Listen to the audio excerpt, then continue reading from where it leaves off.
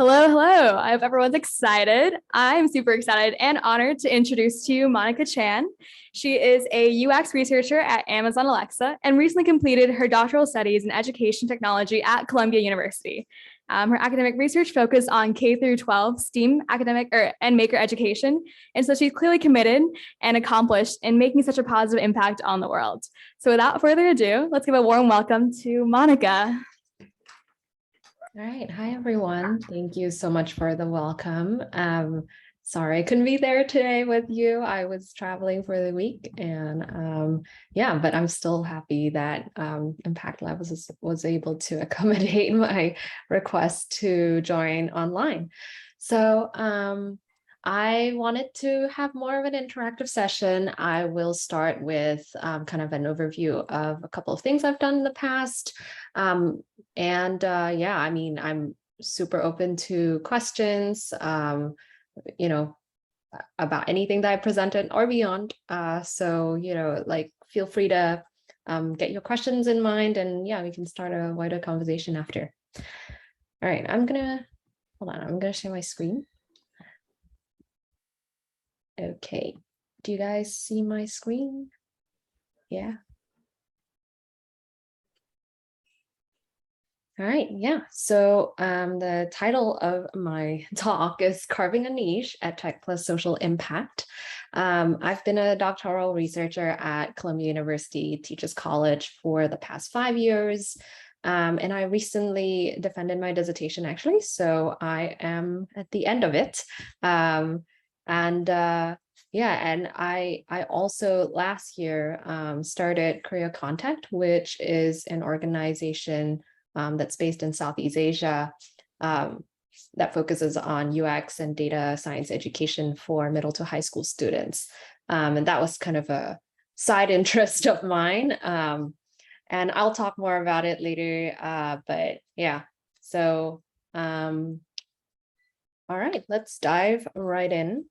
This is kind of how my journey looked like, how, I guess, kind of answering the question, maybe how did I even come into education technology or STEM education, which was what I focused on for the bulk of my doctoral program. So back when in college, I was a mechanical engineering major. I also minored in international relations because I was just very interested in just social human well-being. And I just kept pondering about the intersection between my super technical courses in the engineering school and a bunch of extracurriculars I did in social impact. And I was always trying to look for ways to combine those interests because it didn't always seem apparent in, like in really dry calculus courses or just very theoretical, technical sort of courses. And then slowly I found a way into education because I discovered that there was a graduate school of education at my college. I started with working with a professor there, and I really fell in love with just how engineering, product design was applied to the space of education. And that led me deeper and deeper into maker education. So I was looking at students, so elementary to middle school students, learning with 3D printers, laser cutters, project-based learning. It seemed super interdisciplinary, and I was like, wow, I didn't have this growing up. And in 10 years, they'll become, they'll be college age. Maybe I think they'll be about you guys' age.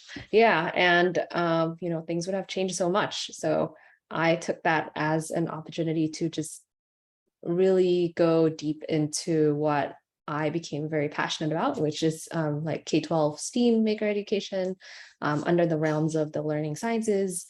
Applied to doctoral programs, and that's how I ended up at Columbia and TC. AI literacy actually is a side interest of mine that kind of happened more throughout the last couple of years when there was a lot more rhetoric around it. So I entered with kind of really deep interest in STEAM and maker education, and then also explored AI literacy for youth on the side. And then during the pandemic, I'm actually from Singapore, so I went home for a bit. And there I was figuring out like, okay, what am I going to do? Like, am I continuing my doctoral research? Like, how is this going to work? But at the same time, I got a lot closer with the landscape in Southeast Asia in terms of just education, technology education, what students like, in middle, high school, college want. And that kind of led me to forming CareerContact, which I would say is it's a very small organization, but we provide this exposure to technology education, particularly in user experience, UX, and data analytics, data science, to students based in Southeast Asia.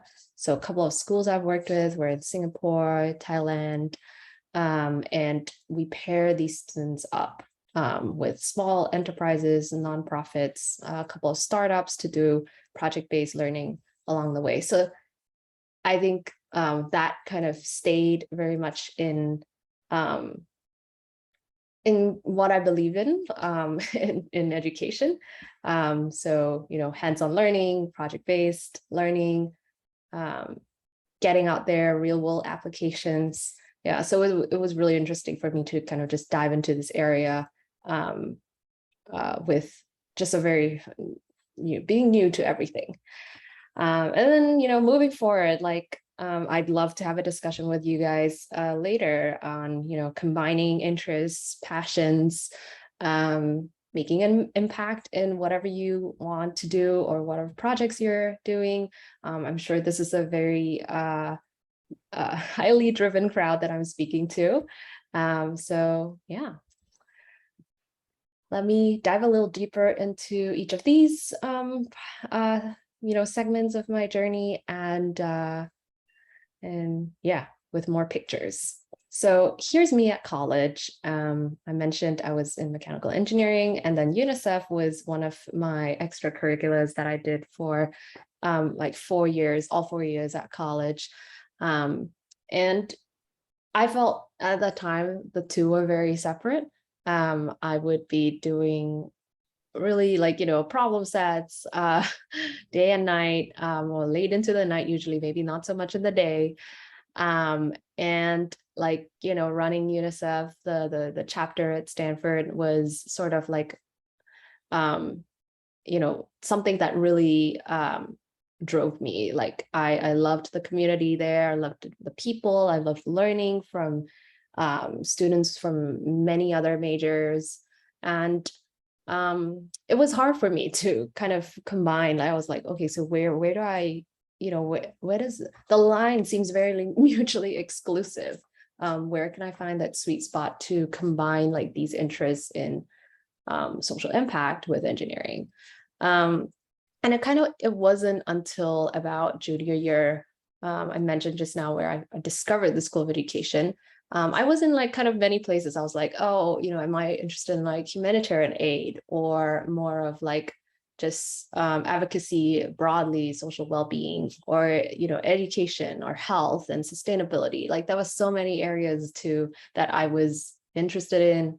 But I think education really stood out to me just because, of that one project that I did with a professor at the School of Education, which really took me out of the university. It's a bit of a bubble. So really taking me into schools, observing students working with tools and actually learning faster than the teachers using these tools. And I was reflecting on my experience as a mechanical engineering major. I was also learning how to use a laser cutter and 3D printer around the same time as I was looking at these sixth graders, just learning it really quickly, applying new concepts or new skills into their projects, discussing about concepts that they didn't even know about. Some of them hadn't learned higher level science concepts, but they realized through the process of making that, oh, these are new concepts that we haven't learned, we should learn more about, and it'll be helpful to our project. And really that's sort of self-driven, like self-directed learning environment, was something that I definitely wanted to explore more. So yeah, that kind of led me down the path to Teachers College. And at Teachers College, I think what really solidified my interest was from this teaching fellowship. So for me, I had never been a teacher, had never stood in front of a classroom to, speak with kids and teach kids. And this fellowship, kind of forced me to be in that position. So this was an after-school program. And it was in creative technologies and maker education. These students were all in 5th grade, and they're all brand new to, tech, any sort of maker ed tools. They've never been to a maker space because their school just didn't have it. And I think it kind of showed me the realities of like where these students are coming from, their backgrounds, how their identities also affected how they approach technology. I had one student, she was very averse to math. She kind of had this going into the class, like, she's not a math person, like there's no way she can learn coding because it seems related to math. And we were like starting on an activity related to Scratch, which is a block-based coding platform. And yeah, it was just really difficult to get her to, just be participating in the activity because of that mindset that she had. And so I had a co-teacher who had years more experience than I do in teaching, and we kind of, got the students to do more of like an embodied activity. So instead of like just getting on to Scratch immediately, and like teaching them the basics of, oh, this block is like a conditional, it's a loop. We just got them to kind of like act out the process together. Like, if this is the little cat that's moving across your screen and you're trying to direct it to a certain direction, like, well, what are you going to say? Like, move left 1 step, or move right, turn around 90 degrees. And we went through these little concept of, angles, 45 degrees, 90 degrees, 180. What does that mean? XY axis, moving left and right, up and down. And I think it really got to, it made the students, I guess, a lot just more interested in what they were doing. They wanted, their friends to be that little cat that they were directing around. They wanted to switch positions. And then we kind of brought them back to, hey, okay, now you're going to actually code it on Scratch, because we've had half an hour of fun, directing each other around in the classroom. And now we're kind of going to draw this connection to actually typing instructions into the computer. And that actually was a much smoother process than just trying to get, especially that one student started on Scratch. So I think for me, that kind of was a win on my end. And I realized that, pedagogical styles like are so different. The way you teach and approach a student, every student's very different. It gave me a different lens to the research that I was already interested in. Yeah, so that's my little anecdote about my teaching fellowship in creative tech. And I was their after school instructor for a whole year, met them Monday, Wednesday, Friday, 3 times a week. And by the end of it, they were all going to middle school. So it's kind of almost crazy how fast they grew in that 1 year. And then a little more on just maker education. So the main learning theory that I focused on is called constructionism. It is it has this mantra: make to learn, not learn to make. And Papert, who was a researcher based at MIT, was the one who coined this learning theory of constructionism. It's very much situated under STEAM, that stands for science, technology, engineering, art, and math. I'd mentioned it's very much project-based learning, problem-based learning also, where a student is solving sort of a higher order, complex, many parts to a problem sort of challenge. And usually teachers who conduct Maker Ed classes would weave in design thinking as part of the process when the students are, doing some user research to empathize with whoever they are building for, defining their problem statement, coming up with different ideas. Prototype is the part where it's very iterative. Students are creating just different prototypes along the way and then testing it with their users. So it's not, for those who are new to design thinking, it's not necessarily a linear process. You can go back from prototype to empathize. You can go, from tests back to ideate. So it's like, it can be a mix and match of all these different phases. So these two photos are actually from my research data collection. I was working with public school, and they were all working on their design thinking and Maker Ed project in class. Their theme was to build a musical instrument out of using Scratch, which is this platform here on the computer. They're going to code on Scratch.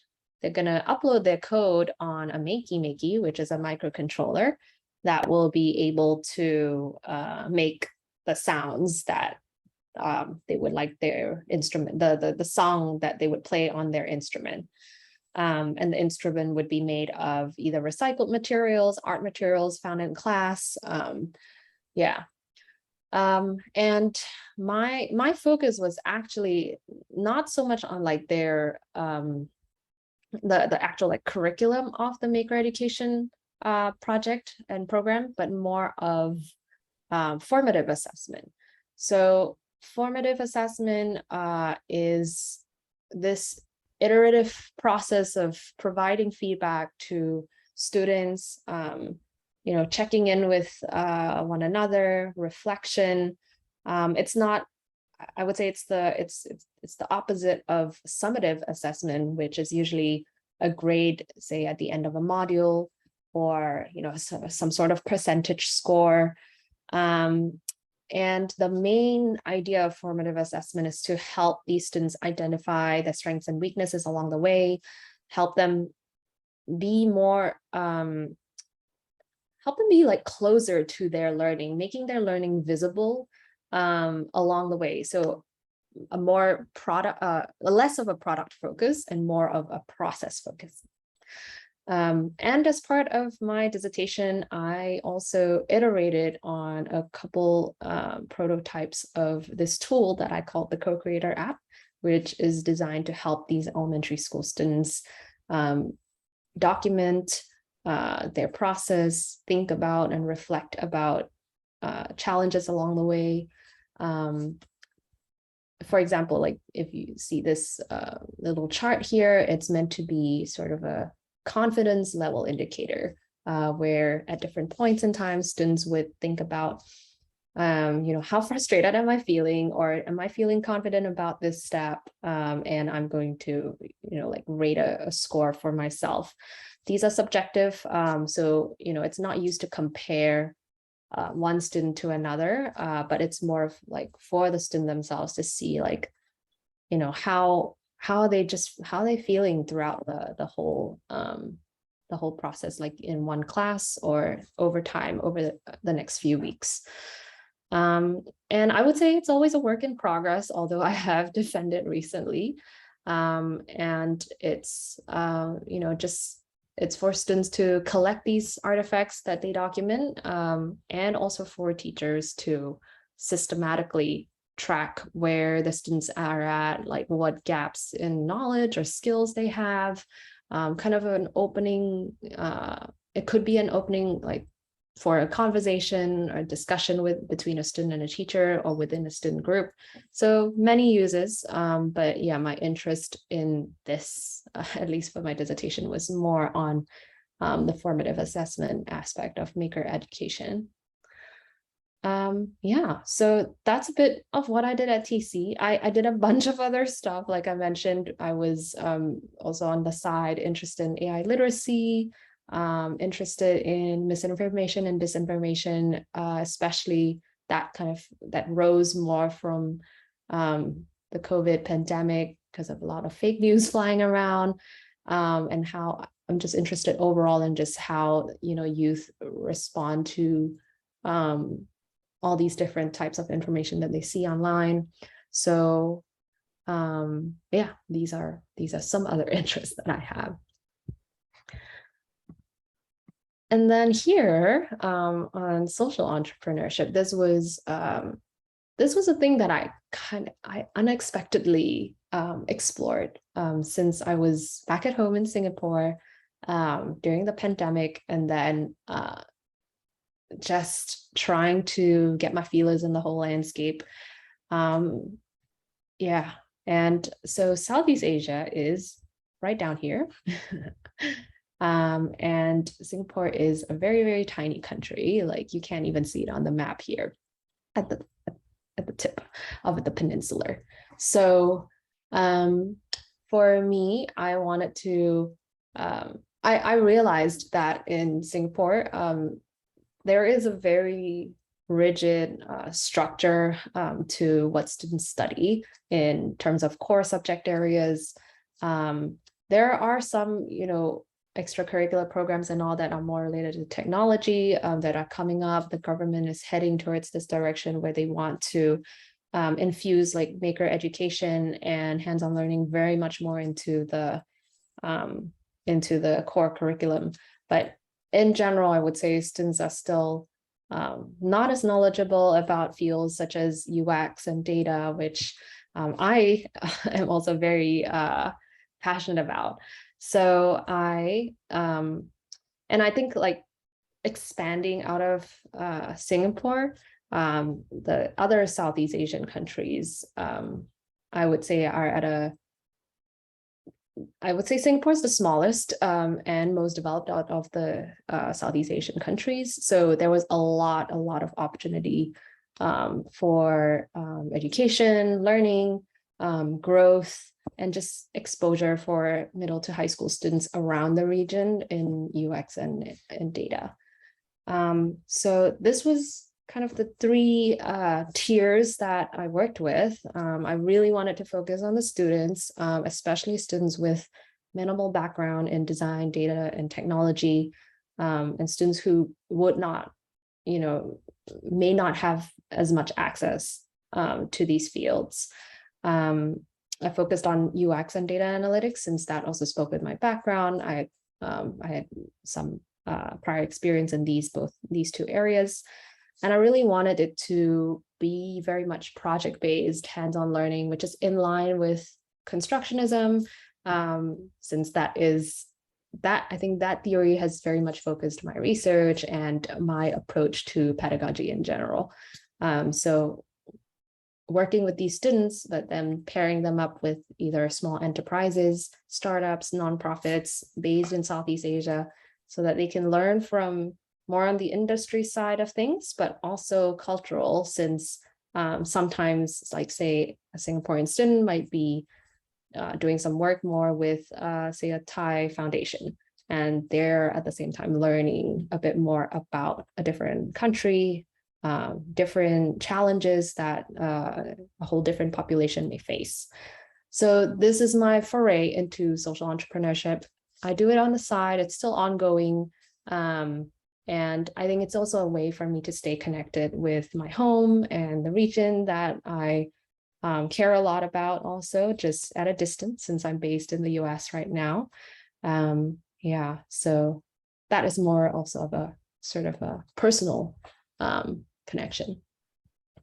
So I will stop here for now. I would love to hear about, your goals, aspirations. I know I'm not looking at you directly. I would have loved to be in the room. We form a circle, something like that. But yeah, I mean, feel free to ask me any questions. And I have also put my Twitter and LinkedIn and email here, so feel free to reach out even after the talk at the conference. Yeah, I'll stop here for now. Yeah. Oh, shoot. Let me see. I'll turn this on. It's on?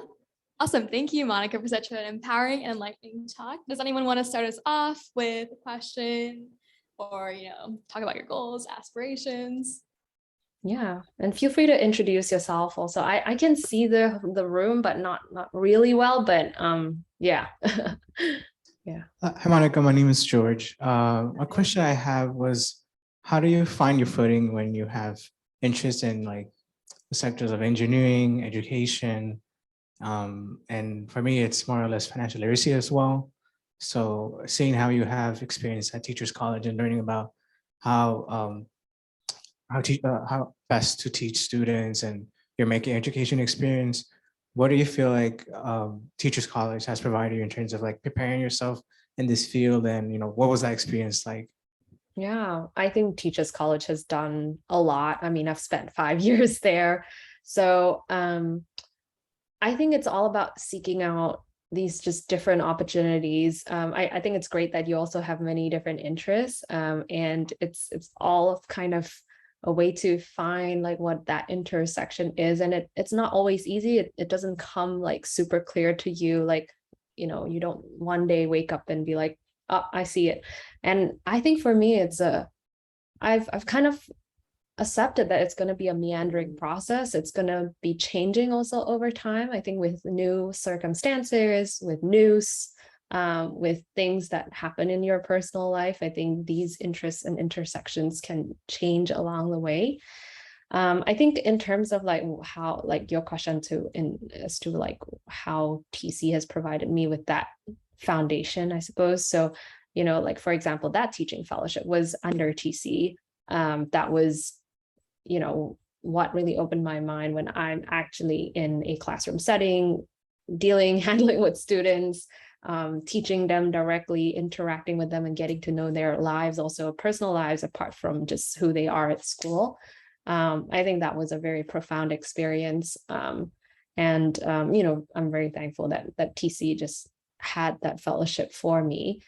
And I think at TC and just largely at Columbia, there were other opportunities for me to either take courses or do projects in different schools. So for example, I did this semester-long research consulting practicum at the Columbia Law School.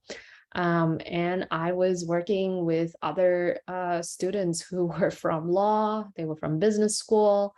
There were some students from NYU, social work, public service. So they were like from so many different backgrounds, and all of us were on projects to do education research consulting with different kinds of organizations. And my partner organization was a charter school network that was based in New York, New Jersey, and a couple other states. So that actually got us traveling very much out of the building, really being on the ground, getting to understand the students and teachers day to day at these schools.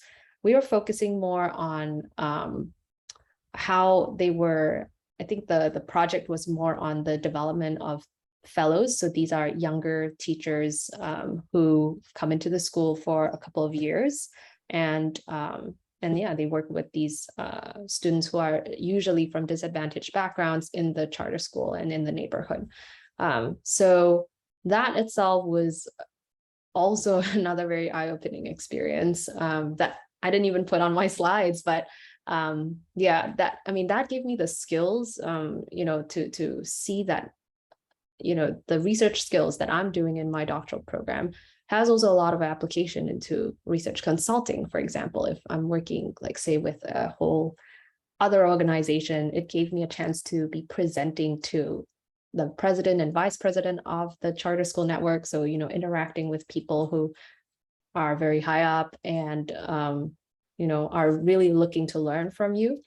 And, it took me out into different states and cities to just see what's happening out there in real life.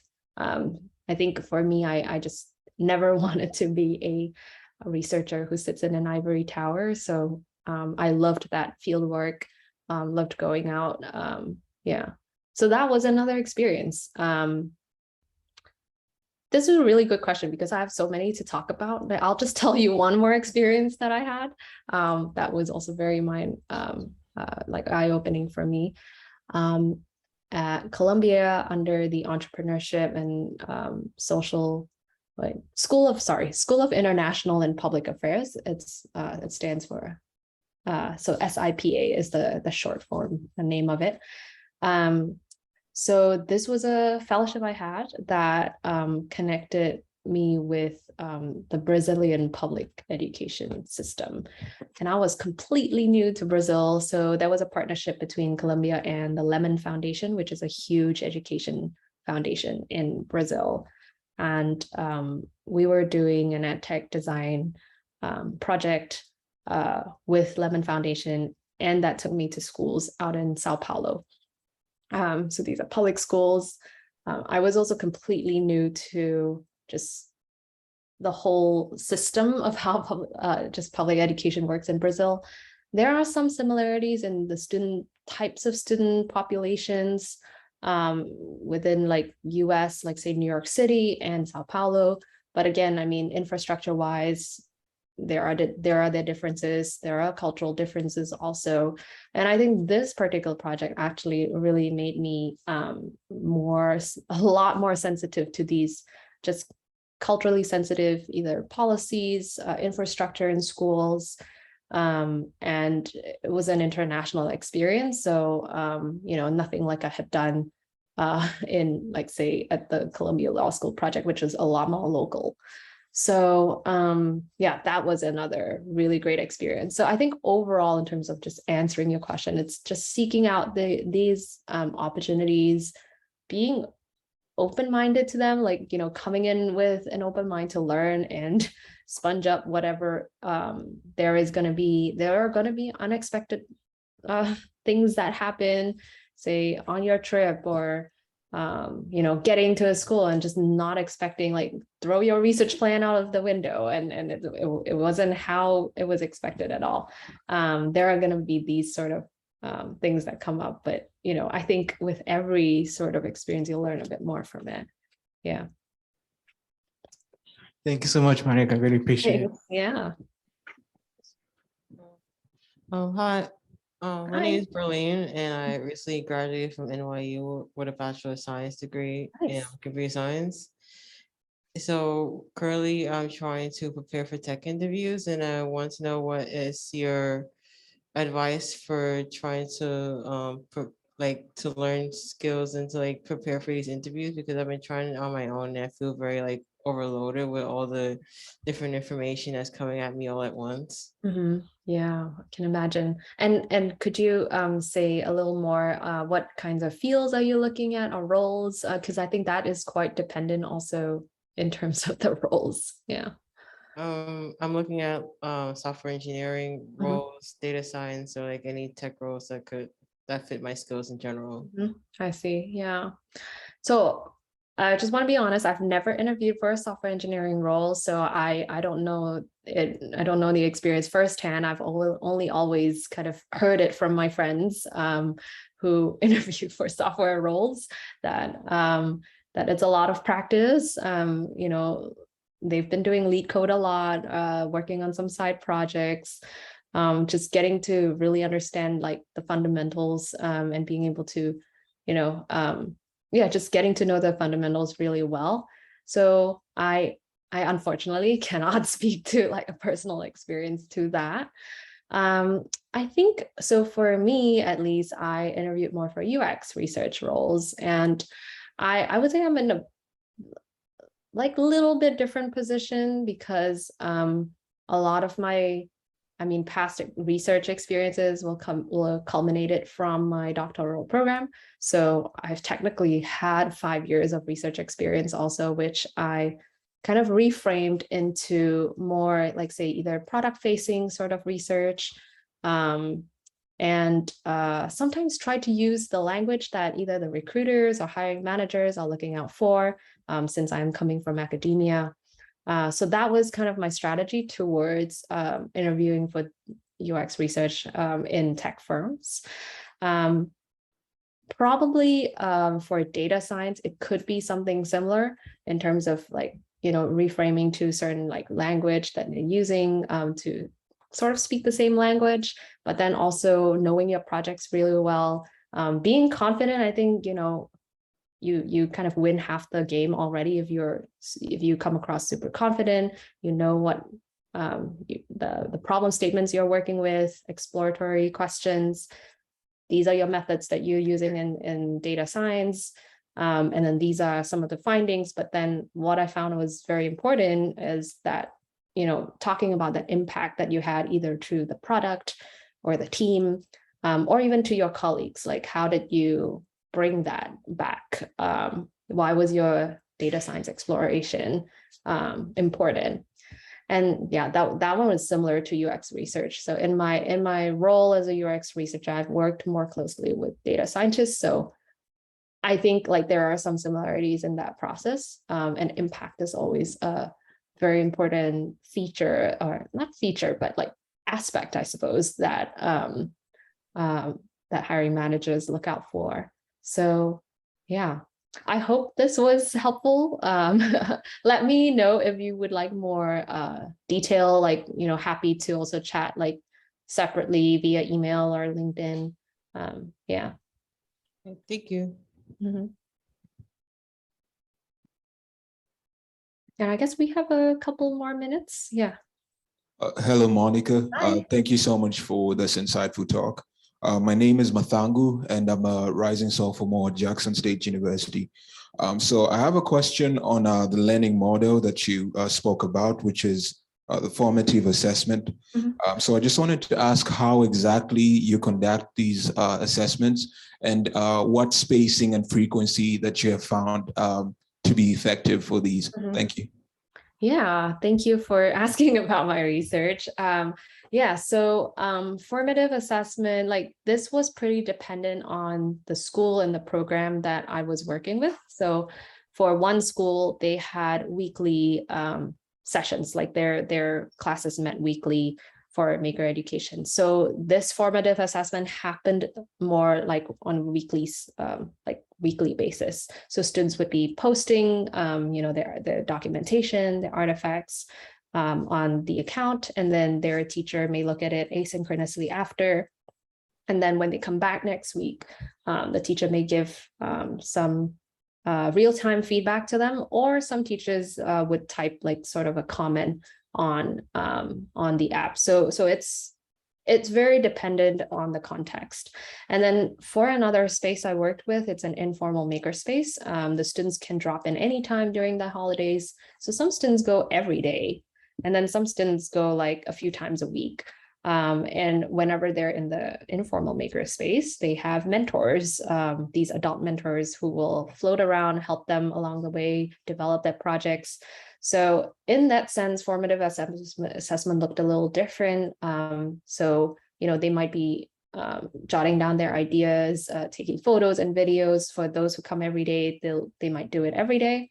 They might, each mentor has different students also that they're kind of taking care of. So the mentors would be asynchronously checking like where they're at in the process, what they've done, providing feedback asynchronously and synchronously. I also did my research during COVID, so that was kind of another factor, because the makerspace wouldn't want like all the students to come at the same time, because if they just didn't want like tons of kids in the same room at the same time. So it was more, there were some public health guidelines to follow, was more staggered. So that itself affected just, the frequency of feedback, the frequency of reflections. Yeah, so there are a lot of moving factors, I would say, with, to your question. Yeah, but I think the beauty of it is that it will look different in different spaces, and it doesn't have to be sort of a like one size fits all. And I guess it shouldn't be, because different spaces are going to have different cultural practices, different types of topics and themes that students are exploring, and that just warrants maybe different kinds of creative formative assessment that will go along the way. Yeah.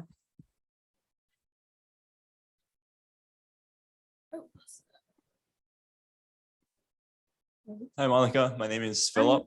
Thanks for the talk. I just had a question about the process of teaching kids. So you mentioned in previous example how there was a student who wasn't really super into the Scratch projects that you gave the students. So I was just wondering, what sort of other difficulties and challenges did you experience when you tried to apply your technical skills into pedagogy? Yeah, I think I wasn't expecting a whole, like I came in, knowing the content well. I was like, yes, I know what activities we're going to do, what content, what projects we're going to do. And then there were a lot of other factors. So one is just, it could even be like social emotional factors. It's not related to my class at all. Maybe it was something related to the student's day, and they come into my class, they're crying.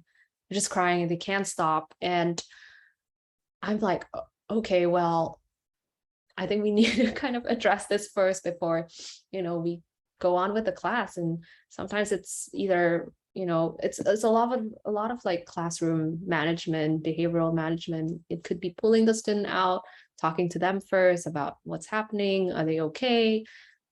Just making sure, like, nothing very serious is happening. And if there is something very serious, then, as an after school instructor, it is my job to report it to, say, the head of the after school program, let their teachers, their school teachers know, for example. And yeah, so like, there are some things that happen that are not in my control, or just completely not related to the class that I was going to teach. And sometimes that takes up half the class time. I might have had a lesson planned for 1.5 hours, and now we only have 1 hour to do a certain section of it. And just being okay with all these different changes that may come up. So I think that was something I learned pretty much like on the job. My research didn't prepare me for it. My background in engineering back at college didn't prepare me for it at all. Yeah, it was a lot of just learning to interact and be wherever your students are at. Yeah. Am I answering your question, or were you? Yeah, that was great. Thanks. Okay. All right. Thanks. All right, I think we have time for one more question. Oh, what's that?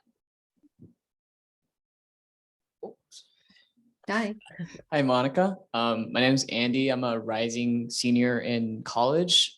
So as I'm rising above the levels, I'm making some considerations about grad school as well. And I know that you came from a strong engineering background, and you continue to explore that intersection via the grad school, higher education options.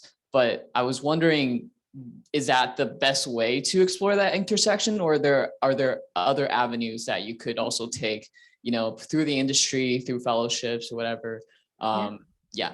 I think that's a really great question. I certainly don't think graduate school is the only way to explore intersections of interests and passions. I think for me, it made sense just because I was very interested to like dive deeper into just research. But if you're interested in other aspects then it's not directly related to research, like I think there are many options in industry. If you say if you join a really large tech company, oftentimes the tech companies have like so many different sectors.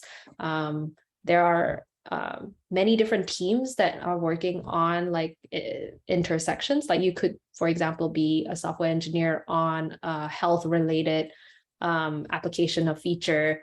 I actually had one friend who did that, which was super cool. He was doing some like dermatology, medical imaging work. And he was completely brand new to that, but he was a software engineer and that was his background and that was how he contributed to the team. And he learned a lot from it. So yeah, I think, and I also have friends who went in like just full speed into entrepreneurship, like they have a problem area that they really want to solve. And someone becomes the CEO, someone becomes the CTO, you work together, you form a little team, you get mentorship from VCs. I think that is a whole other path that is super viable, and you learn a lot by just wearing so many hats. So yeah, I think these are, just some different options. Yeah, grad school is not the only option, definitely. I think grad school gives you some time if you want to explore like new areas of like just building a lot of knowledge in one area, or research if it's a doctoral program. But yeah, you don't have to do it. Yeah. Okay, amazing. Thank you so much, Monica, for taking the time today to speak to everyone Thank here. you. This was super enlightening, super helpful.